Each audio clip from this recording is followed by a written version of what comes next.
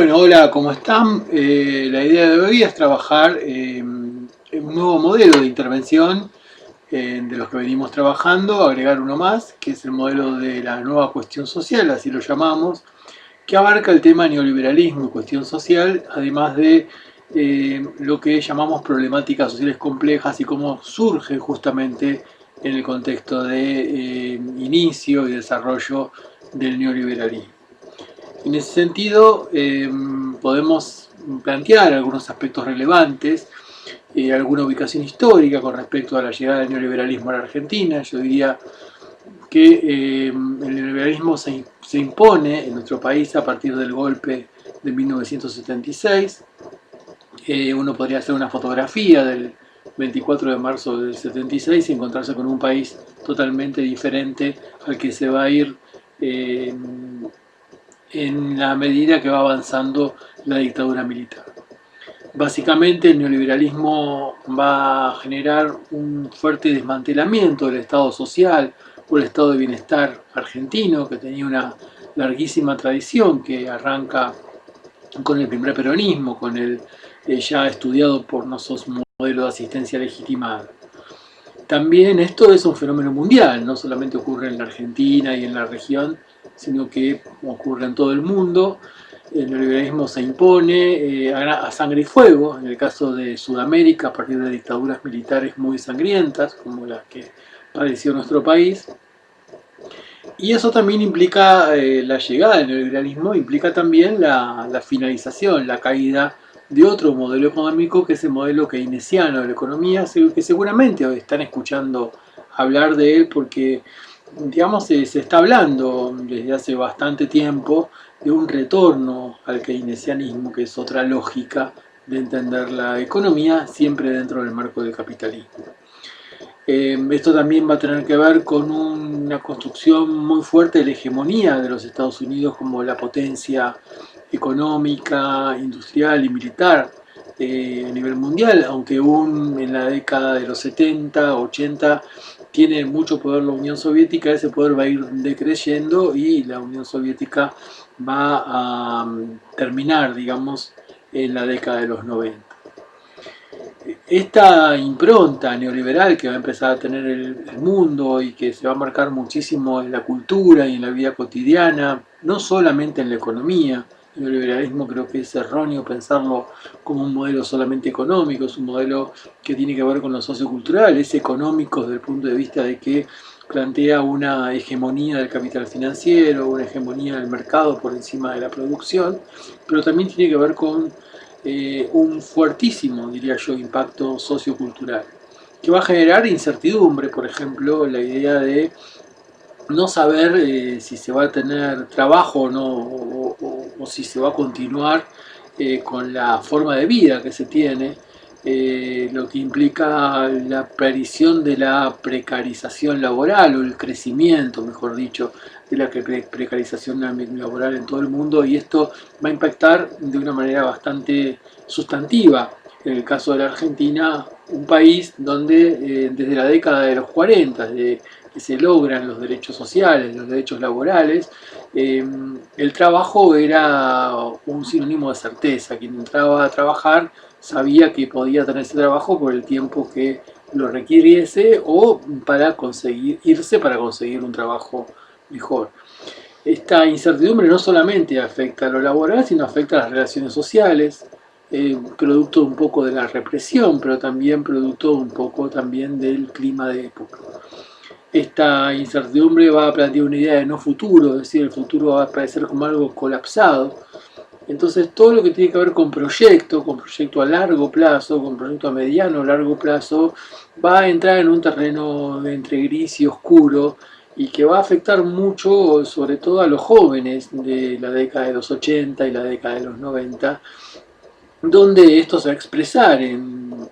todo el mundo, como decíamos antes, a nivel de la plástica, a nivel de la literatura, a nivel de la música, y uno podría decir que la expresión vinculada con el rock and roll, más ligada a los efectos del neoliberalismo, es el punk, por ejemplo, que surge a mediados de los 70 en Inglaterra, con hijos de obreros desocupados que hacen una música muy, llamémosle, muy ruidosa, muy, de una manera de protesta muy particular, pero que en todos los temas que aparecen y en toda la lógica, la estética punk, por llamarlo de alguna manera, aparece esta idea de no futuro, de no hay futuro, ¿no? Lo que implica, digamos, un desencanto también en función de la construcción de la vida cotidiana, en la construcción de sentidos, y esto se expresa también en otro aspecto que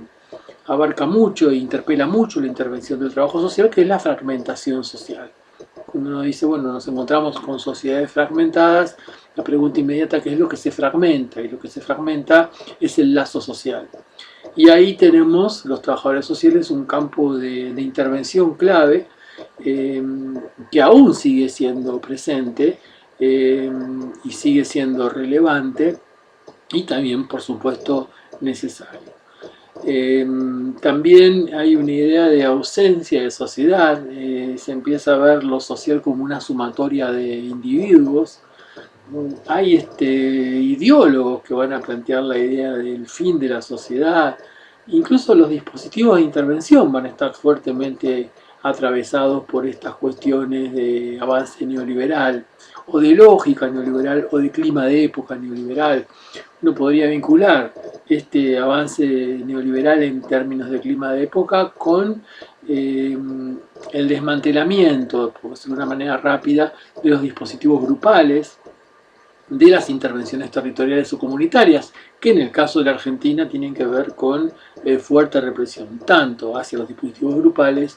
sus pensadores, y tanto a las intervenciones territoriales o comunitarias, como se decía en esa época, que en otros videos decíamos que estaban expresamente prohibidas a partir de la dictadura militar. Esta fragmentación social, bueno, se va a expresar de distintas maneras, va a atravesar las familias, va a empezar a verse al otro como un competidor, como un enemigo, con cierto cuidado. Cuando dentro de la perspectiva keynesiana o antes de la perspectiva de la perspectiva neoliberal, ese otro era un compañero de trabajo, un compañero de lucha,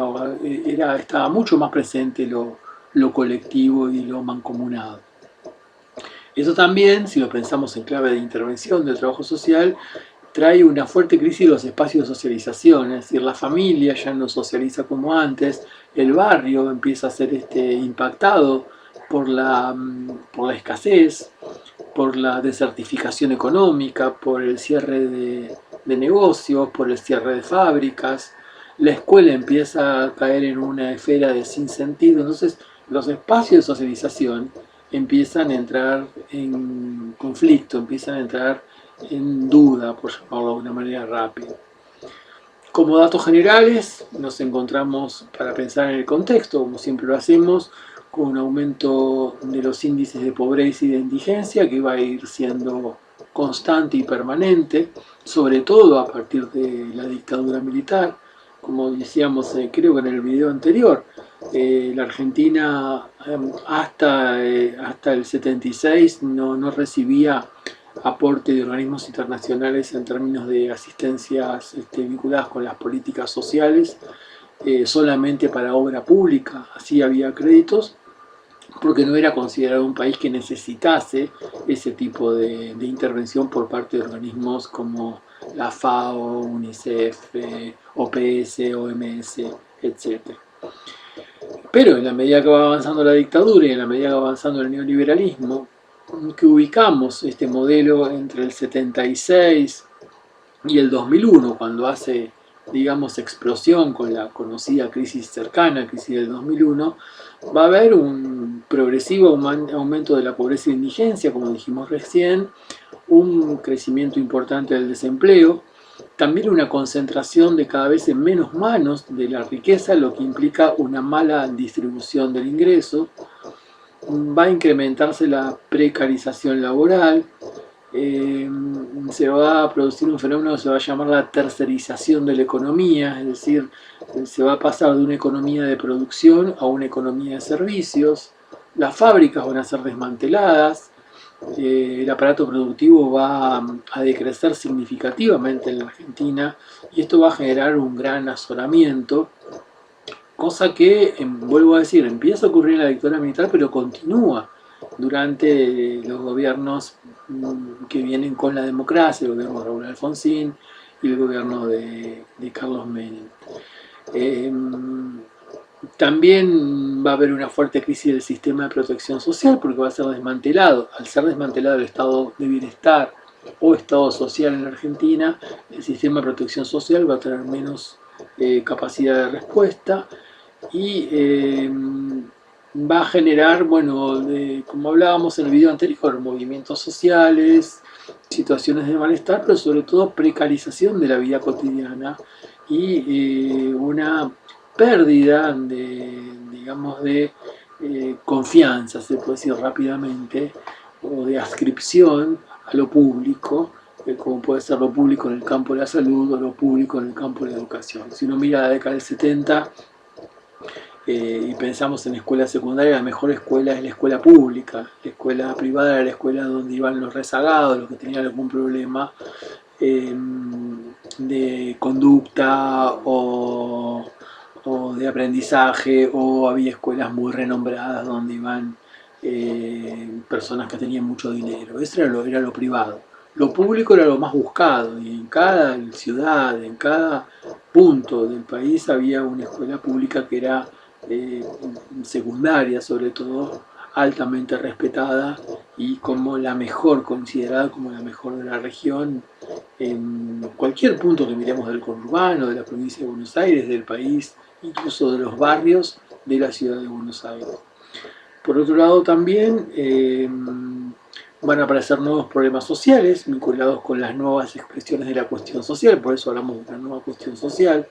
es decir, empieza a aparecer una nueva forma de urbanización, empieza a haber una nueva forma de tramitación de las violencias, una nueva forma de problemas sociales que tiene que ver ya con la escasez de alimentos, que tiene que ver con la escasez de ingresos, que tiene que ver con la disminución de acceso a bienes materiales y bienes simbólicos y un incremento de los problemas vinculados con la salud, falta de acceso a la salud y con los problemas vinculados con la vivienda. La idea de trabajo cambia de significado a partir de la precarización laboral que mencionábamos antes, y en ese sentido el trabajo ya no significa certeza, sino que significa incertidumbre y duda, es decir, uno puede tener un trabajo y no sabe hasta cuándo lo va a tener. Y hay algo que es muy de la década de los 90, que es la transformación del sujeto, de la persona, eh, de ciudadano a consumidor. Incluso eso, si revisamos, está escrito, está dicho, no está dicho así como lo estoy planteando yo, pero sí aparece este cambio de palabras en la Constitución de 1994, la reforma constitucional de 1994, que esa reforma acompaña fuertemente un gran desmantelamiento del Estado argentino, no solamente dentro de lo que hablaríamos del Estado social, sino vinculado con los ferrocarriles, la siderurgia, la fabricación de naves, todo lo que tenía que ver con presencia del Estado va a ser privatizado o concesionado. Y eso también tiene que ver con este neoliberalismo que plantea que el mercado tiene que ser el que regule, el que maneje estas circunstancias y que también colateralmente o tal vez principalmente ordene la sociedad. Es decir, que si hay algo que logra el neoliberalismo es separar un concepto que había sido fundacional de la Argentina y de las independencias de América Latina, que es el concepto de igualdad, libertad y fraternidad, que tienen que ver con la Revolución Francesa, ¿no? Es decir, el neoliberalismo logra romper esa articulación en función de darle una digamos, una primacía, una fuerte importancia a todo lo que es lo individual. Entonces, la libertad va a ser entendida solamente como un fenómeno individual, no vinculado a la igualdad y menos aún vinculado a lo mancomunado, es decir, a lo fraterno, a la idea de fraternidad. Incluso a veces libertad e igualdad son presentados como elementos contradictorios en muchos discursos y afirmaciones eh, neoliberales. Se va a hablar del derecho a la desigualdad, eso lo expresa Margaret Thatcher, por ejemplo, es decir, que se empieza a generar el concepto de meritocracia, es decir, eh, que uno debe lograr construir su propia carrera a partir de los propios méritos que va generando desde su sacrificio. Una falacia absoluta, es imposible pensar esto en términos reales, pero esto sí se inscribe en las sociedades aún hasta hoy y se inscribe en la subjetividad y aparece como una creencia realmente eh, fuerte que no resiste el análisis de lo más sencillo, ¿no? Es decir, dos personas que nacen en distintos barrios, con distinto nivel de ingreso, con distinto nivel de alimentación, no están iguales en el sentido de que con el mérito van a llegar a competir en situación de igualdad y, bueno, y construir su futuro. Su futuro va a depender siempre de lo colectivo, el futuro de toda sociedad depende de lo colectivo, depende de las luchas, depende de las formas de asociatividad, depende de las formas de organización. Pero el mercado también actúa generando terror. Algunos autores hablan de terrorismo de mercado, es decir, el terror a la exclusión social, el terror a no pertenecer. Es decir, si estoy fuera de la sociedad ya no pertenezco. Y esa exclusión social es presentada como una responsabilidad individual en clave de esta meritocracia que veníamos conversando minutos atrás. Es decir, si me quedé sin trabajo es por culpa mía, no es porque hay un nuevo sistema económico, no es porque hay un nuevo sistema económico que plantea que es más importante la economía de servicios que la economía de producción. Entonces no me supe capacitar, entonces existen una serie incluso de programas de capacitación laboral que actúan como, entre comillas, reordenadores con la promesa de que la persona que haga esos programas de formación laboral va a conseguir empleo, cosa que no ocurre. Y estos programas se los llama enlatados, se repiten, son idénticos, prácticamente idénticos en los distintos países de América Latina y fracasan idénticamente en los distintos países de América Latina. Hay una desertificación, como planteábamos antes, económica y social. Esto se ve mucho a nivel barrial. El trabajo social visibiliza esto rápidamente desde su perspectiva territorial, haciendo ya trabajos territoriales, ya en democracia.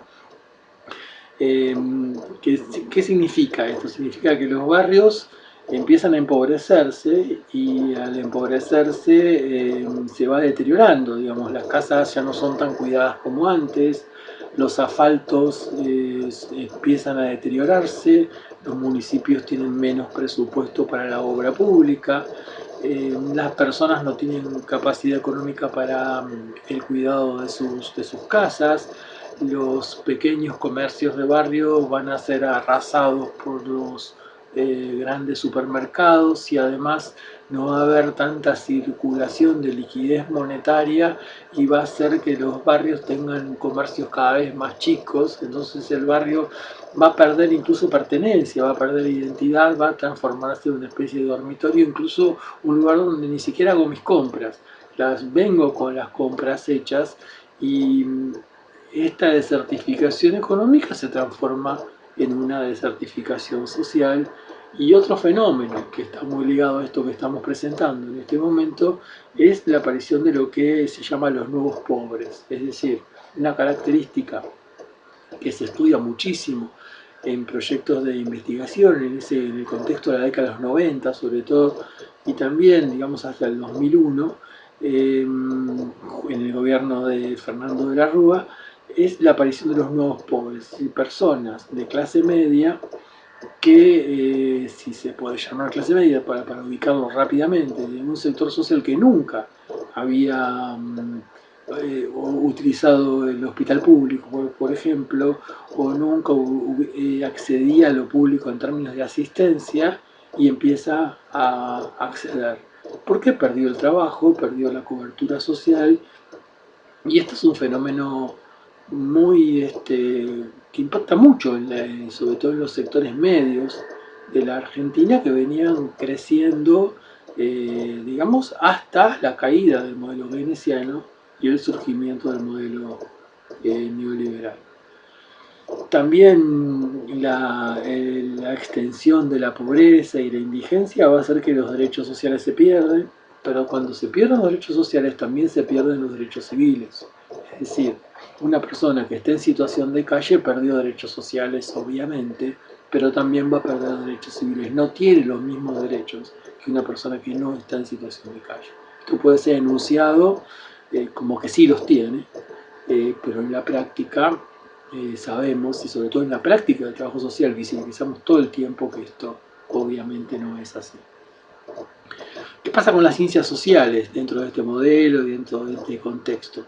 Y básicamente aparece en el campo del trabajo social nuevas demandas, demandas vinculadas con nuevos problemas sociales, escenarios novedosos y complejos, y empieza a aparecer la necesidad de mirar la singularidad, de estudiar que no hay solamente un impacto objetivo en una persona que está en situación de calle, sino que hay un impacto subjetivo, en el sentido que también hay como un doble padecimiento. El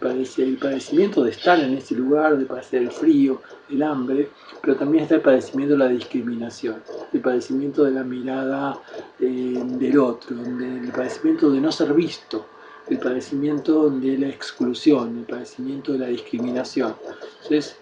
esto es una llamada, digamos, hacia las ciencias sociales y hacia el campo del trabajo social a mirar la singularidad, mirar la subjetividad, como también empezamos a entender y empezamos a trabajar los problemas sociales no desde el punto de vista solamente objetivo, sino también desde el punto de vista subjetivo.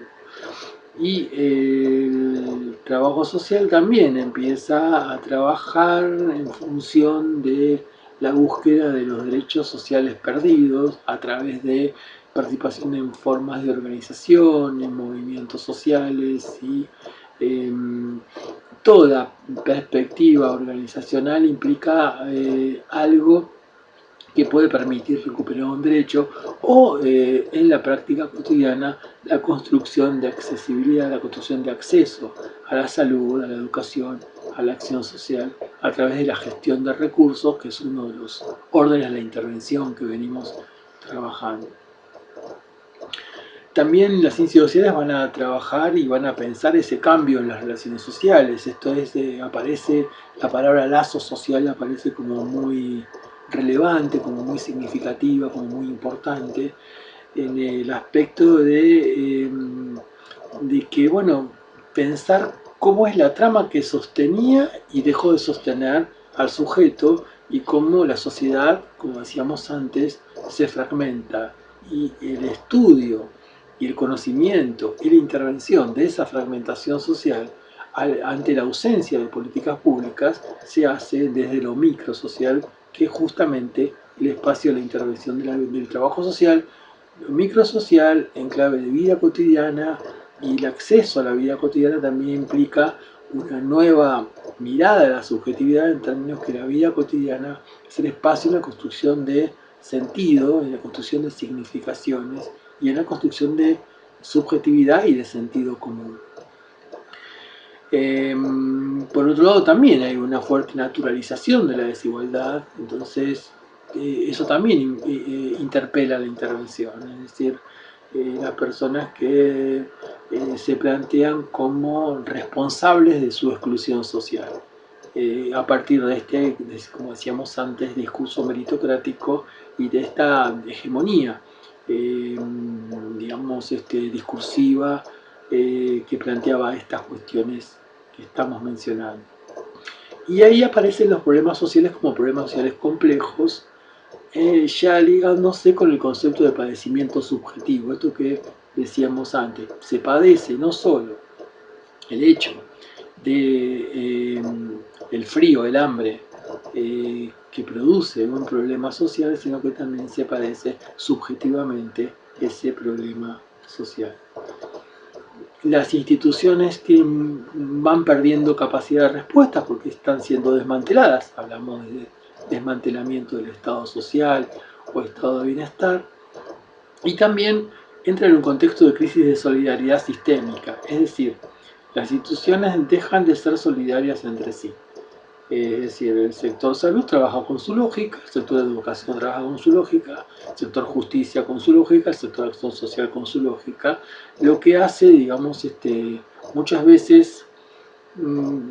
se causen problemas, algunos de sobreintervención, es decir, sobre una misma situación interviene la justicia, pero también intervienen digamos, los dispositivos de niñez y también intervienen los dispositivos de salud y también intervienen los dispositivos de salud de acción social de una manera totalmente fragmentada, como una especie de alegoría de esa fragmentación social que mencionábamos antes. Y ahí se construye otro concepto que compartimos, que es el concepto de sujeto inesperado. Es decir, el sujeto que construye una institución no tiene nada que ver con el sujeto que construye otra institución. O sea, la misma persona es comprendida y explicada de una manera en un sector y comprendida y explicada de otra manera en otro sector. Entonces, cuando una persona pasa del sector salud al sector de educación, aparece como alguien inesperado en términos de la derivación. Pero también los mandatos institucionales están esperando a un sujeto de intervención que a partir de esta crisis, a partir de estos cambios, a partir de esta oleada de décadas de neoliberalismo, hace mucho tiempo que dejó de llegar. Entonces cuando el que llega, llega con otras características, por decirlo de alguna manera sencilla. A veces decimos,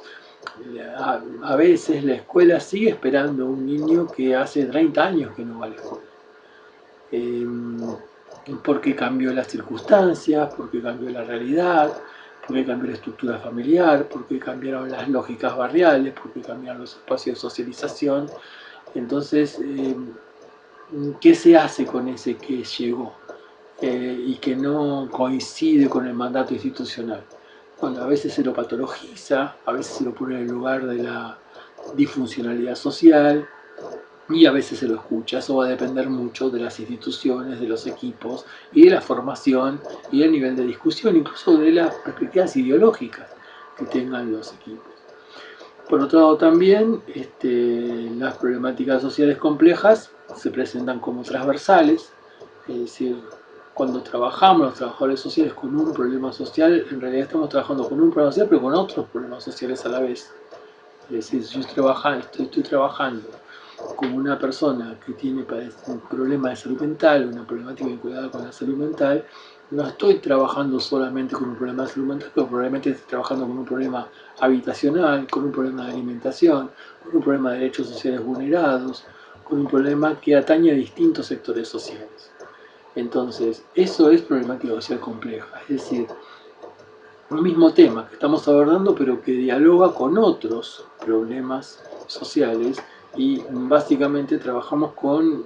el todo, no trabajamos con el recorte que se construye a partir de la demanda de intervención.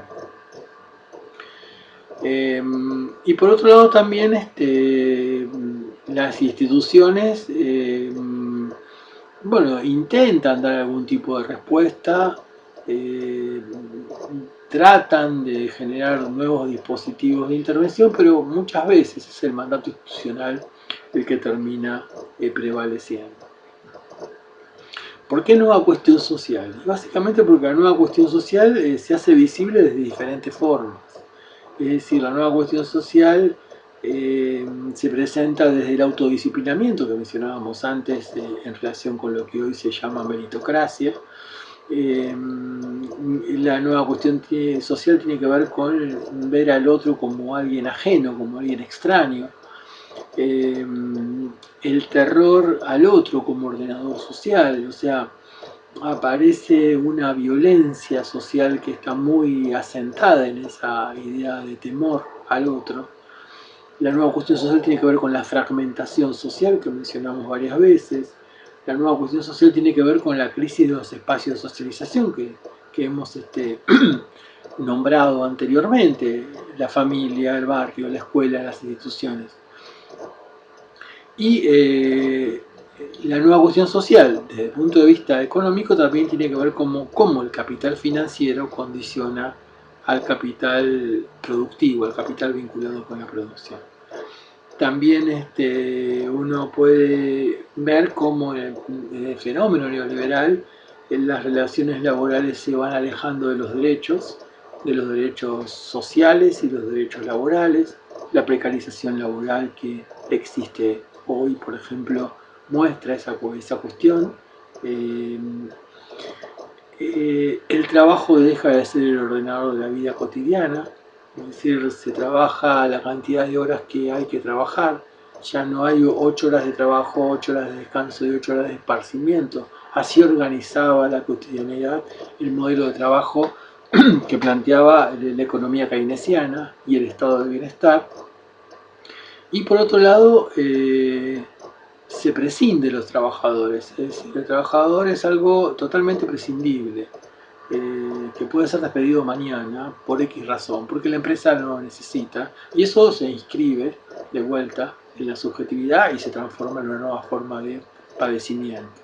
Y por supuesto se suma esto a una fuerte competencia por ingresar al mundo del trabajo. El primer empleo o el segundo empleo o seguir estando dentro de ese mundo de trabajo. Eso construye problemáticas sociales y complejas, y podemos decir, hablar de las problemáticas sociales complejas como expresión de la nueva cuestión social, y también ligarla a que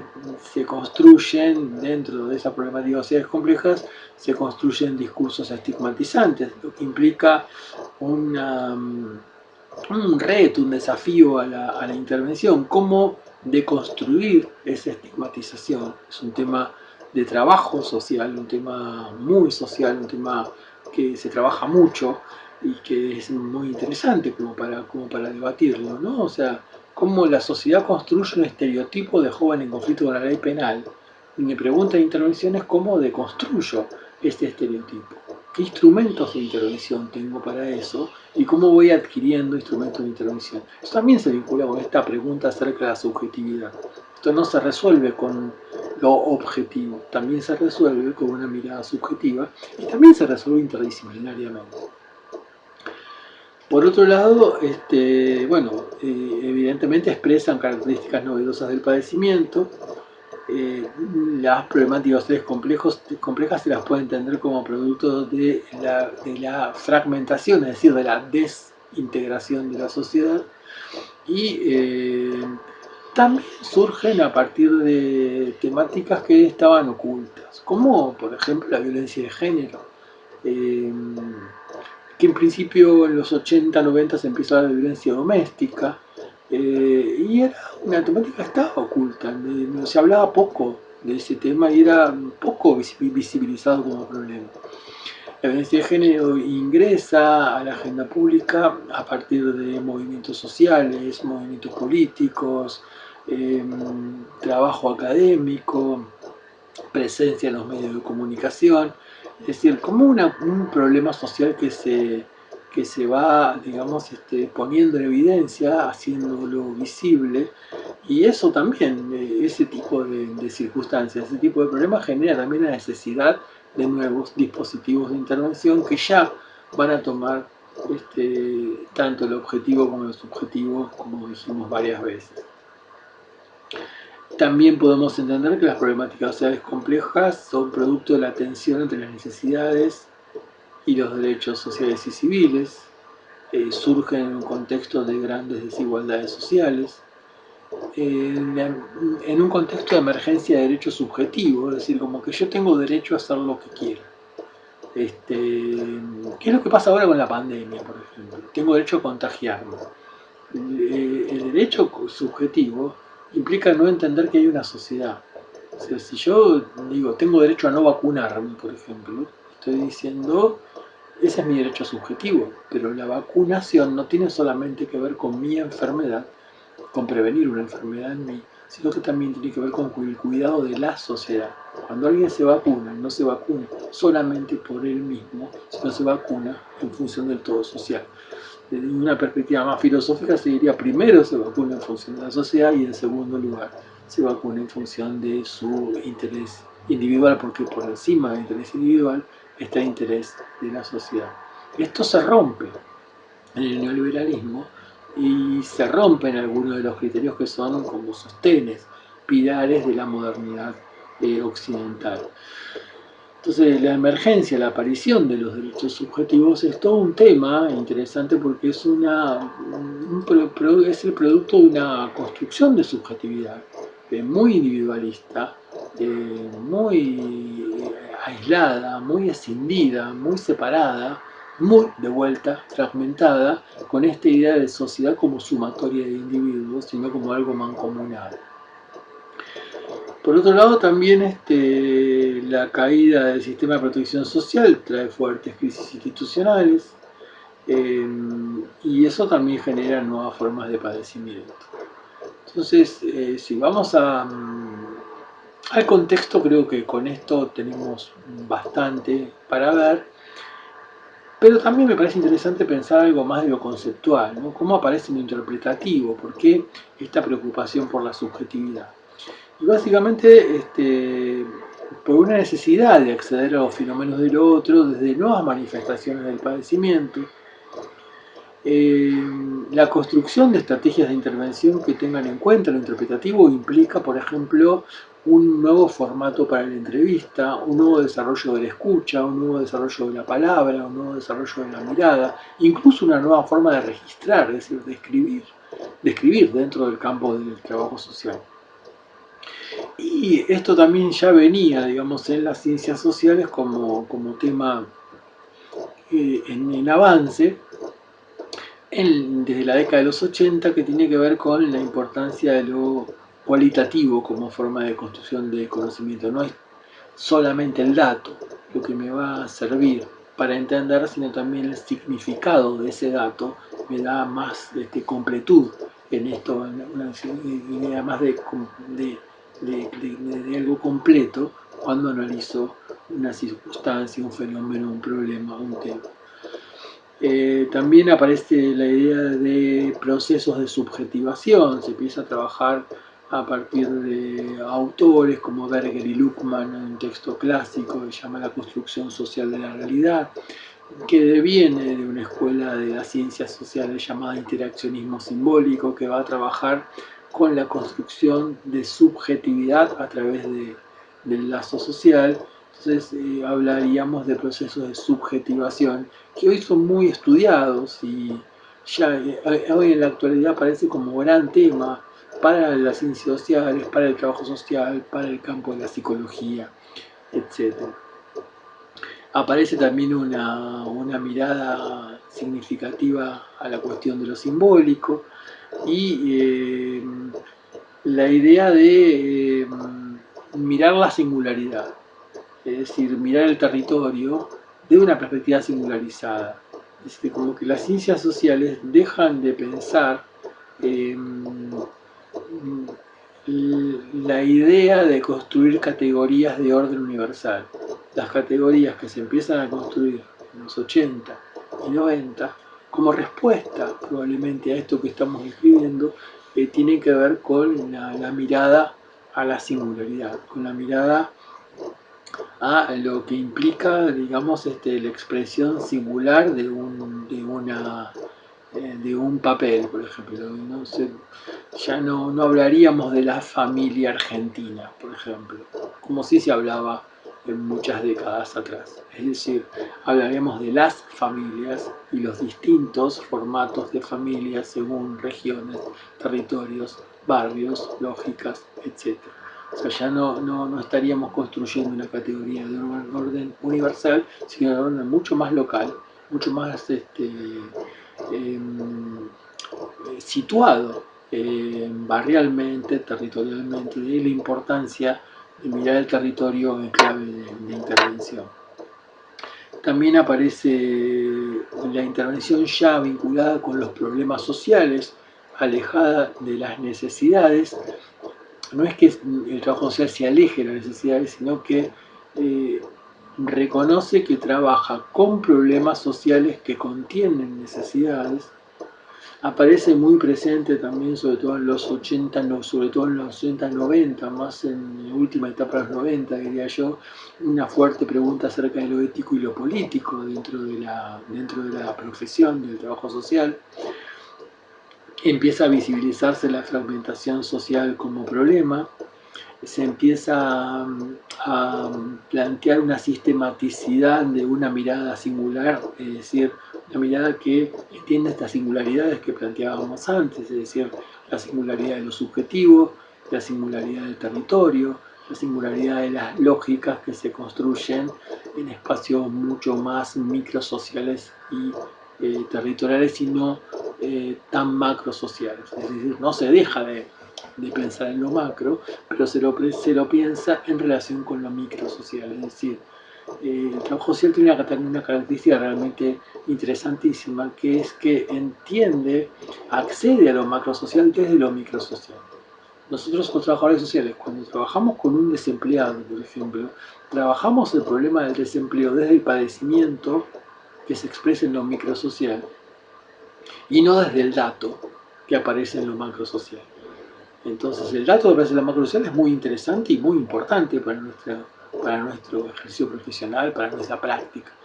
Pero accedemos a fenómenos de lo macro desde lo micro. En este encuentro macro-micro se produce, digamos, una construcción de conocimiento que está fuertemente ligada a nuestra forma de intervención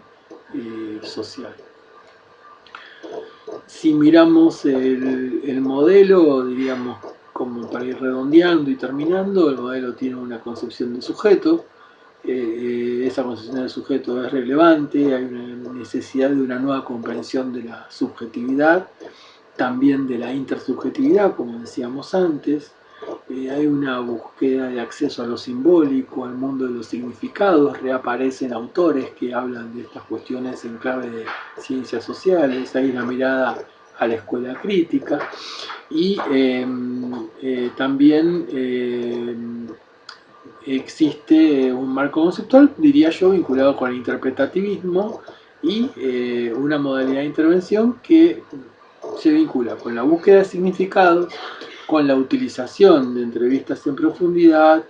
biografías y con la visualización del sentido de impacto objetivo y subjetivo, como decíamos antes, de los problemas sociales, en tres elementos que ustedes ya están empezando a ver en los talleres, que es el trabajo con la palabra, la mirada y la escucha. Pero con esto hemos abarcado el modelo de intervención en nueva cuestión social y las problemáticas sociales complejas. Bueno, muchas gracias y nos estamos viendo.